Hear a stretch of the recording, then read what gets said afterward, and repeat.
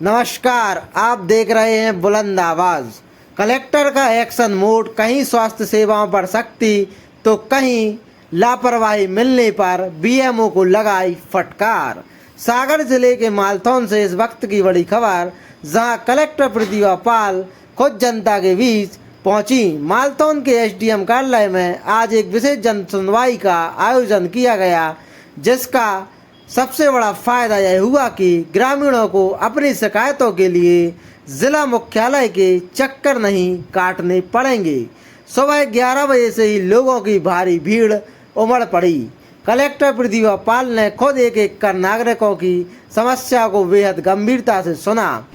Collector ने SDM Manoj Chaurasia को सख्त हिदायत दी है कि जन सुनवाई में आए सभी आवेदनों पर हो कार्रवाई एवं रिपोर्ट 10 जून तक हर हाल में सौंपें। प्रशासन की इस पहल का उद्देश्य ग्रामीणों को जिला मुख्यालय जाने की परेशानी से बचाएगा एवं स्थानीय स्तर पर न्याय दिलाएगा। जन सुनवाई खत्म होते ही collector Pratibha Pal action mode में आई नजर। उन्होंने सीधे मालथौन के सामुदायिक स्वास्थ्य केंद्र का औचक निरीक्षण किया। अस्पताल परिसर के पुरुष और महिला शौचालयों में गंदगी को देखकर कलेक्टर का पारा चढ़ गया। उन्होंने इस पर कड़ी नाराजगी जताते हुए block medical officer Ramji Thakur को फटकार लगाई और जल्द से जल्द व्यवस्था सुधारने के सख्त निर्देश दिए हैं।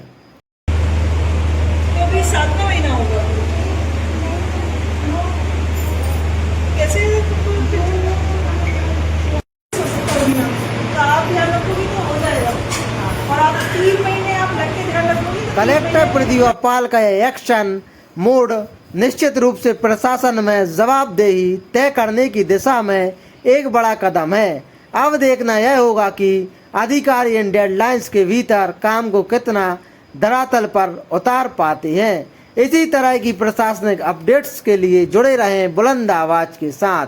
बुलंद आवाज के लिए खुरई से आयुष भार्गव की रिपोर्ट। मालथौन तहसील में जो जनसुनवाई का आयोजन किया गया है, क्या ये प्रत्येक मंगलवार जैसे सभी तहसीलों में होती है, उसी तरह से मालथौन तहसील में भी जनसुनवाई का आयोजन क्या हो सकता है?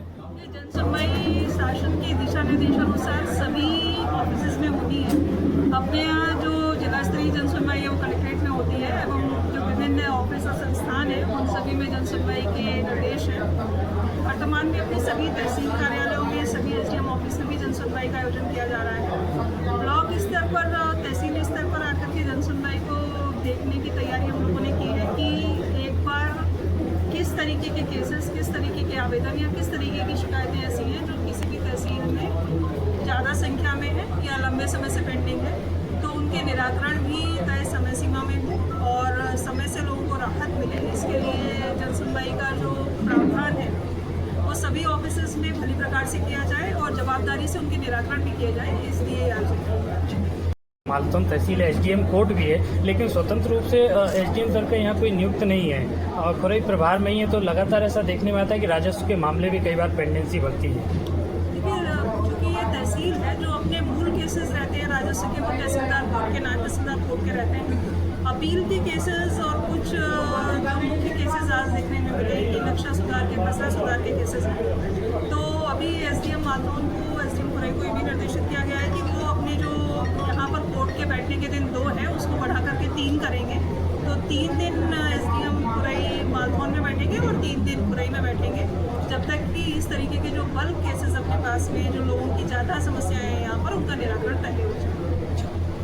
मैडम, मालथौन क्षेत्र में लगातार देखने में आ रहा है कि पानी की समस्या है, फिर भी स्थानीय प्रशासन प्रतिवर्ष ये पानी की समस्या होती है, कोई स्थायी समाधान नहीं खोजा जा पा रहा है। मालथौन की जो अपनी जल निगम की योजना है, तो इस बार ये अच्छी चीज़ है कि जैसे ही बंडा का अपना बांध इस बार भराएगा, वैसे ही जो मालथौन क्षेत्र की अपनी जल जीवन मिशन की मुख्य परियोजना है वो चालू हो जाएगी। और इस बार उम्मीद है कि अपना 1 अगस्त के बाद में हम लोग जो पाइपलाइन नेटवर्क पूरा ले किया गया है उसके माध्यम से सभी गाँव में पानी देंगे, और इसीलिए उल्दन बांध का काम भी लगातार तेजी से चल रहा है और इस बार बांध के भरते ही इस समस्या का स्थायी निराकरण। मैडम, अभी यह